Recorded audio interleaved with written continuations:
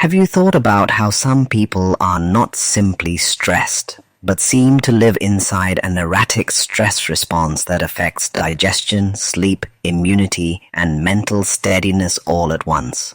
Is it possible that what you are seeing is a classic Vata disturbance in the sixth house? In this episode, you and I are going to explore a powerful health pattern in Jyotish Ayurveda, Vata in the sixth house, with special attention to its hormonal and adrenal expression.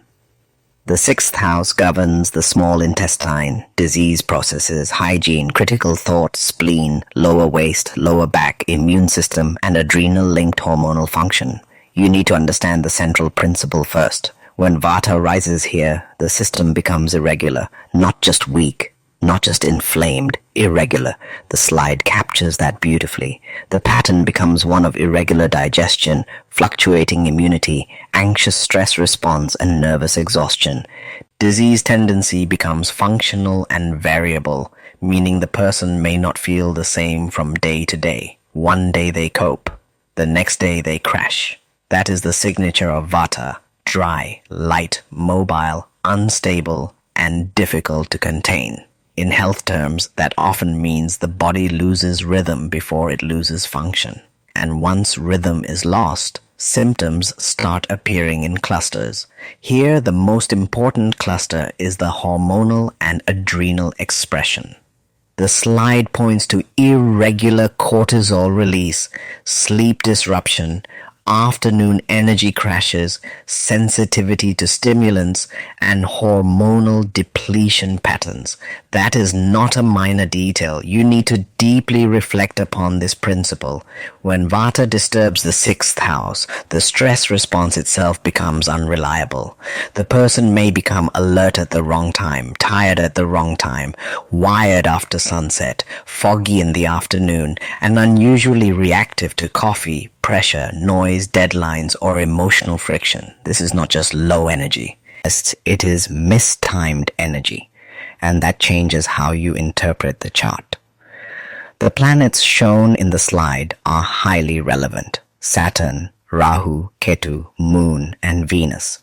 In the planetary dosha framework, Saturn, Rahu, and Ketu are Vata in nature, while Moon is Vata Kapha and Venus is Kapha Vata. These combinations matter because they show not only Vata increase, but also the instability, fluctuation, depletion, and mixed responses that often accompany endocrine and nervous system dysregulation. Saturn brings chronicity, depletion, fatigue, slowness, dryness, and long-duration strain. In this sixth house pattern, Saturn can show why the person feels worn down even without a dramatic event. The system has been running on stress for too long. Saturn also has strong links to chronic complaints, nerve-related issues, and cold, depleted states. Rahu amplifies the pattern. It makes the stress response excessive, irregular, and hard to predict. It can show stimulant sensitivity, spikes of anxiety, obsessive worry, sensory overload, or the feeling that the body is always overreacting. Rahu intensifies, magnifies, and destabilizes. Ketu works through depletion, reduction, and subtle exhaustion. It can show the person who no longer has stable reserves. They may not only feel anxious, they may feel emptied out after repeated stress. Ketu often shows the drop after the spike, the burnout after the vigilance, the low reserve after chronic adaptation. Moon adds emotional and physiological sensitivity.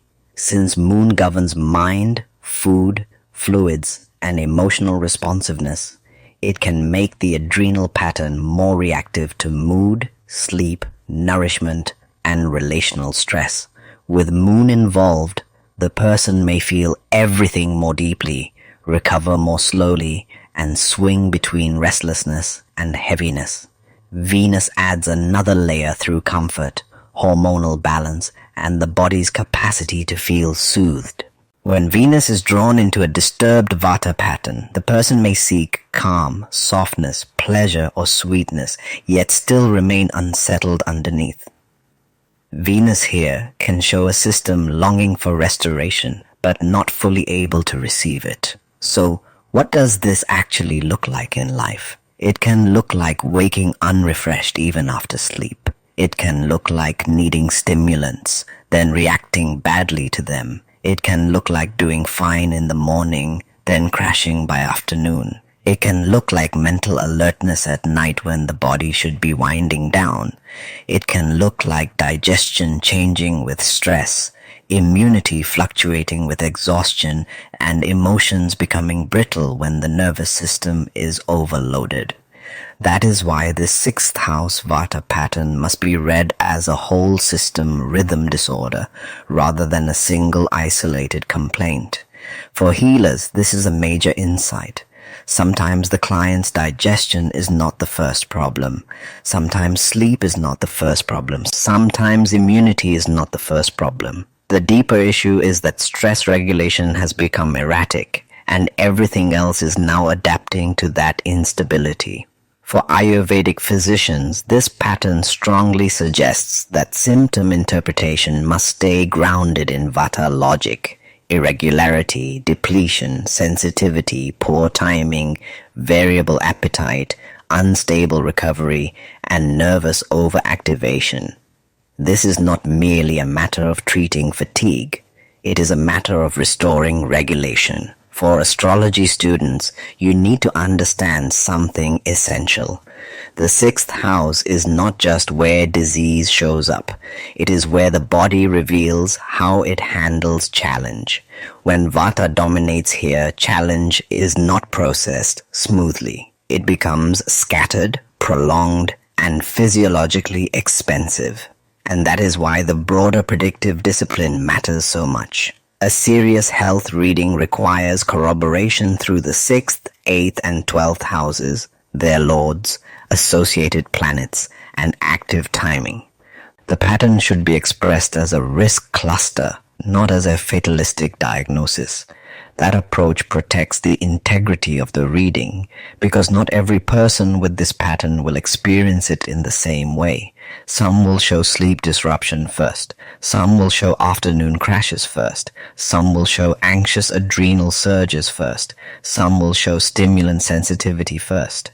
Some will show the full pattern: irregular digestion, fluctuating immunity, anxious stress response, and nervous exhaustion. Have you thought about how often modern life itself keeps feeding this pattern?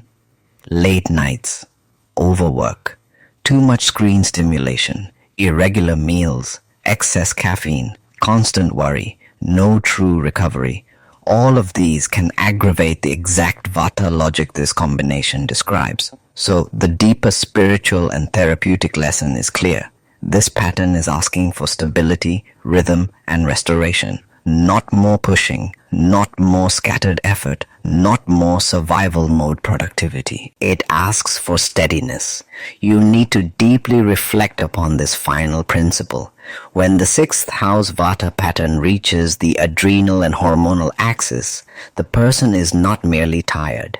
They are often living in a body that no longer trusts its own timing. And when the body loses trust in its timing, healing requires more than relief. It requires re-regulation. That is where this teaching becomes so valuable for healers, physicians, and serious astrology students. It helps you see the difference between a symptom and a pattern, between fatigue and dysregulation, between simple stress and a full Vata-driven stress architecture.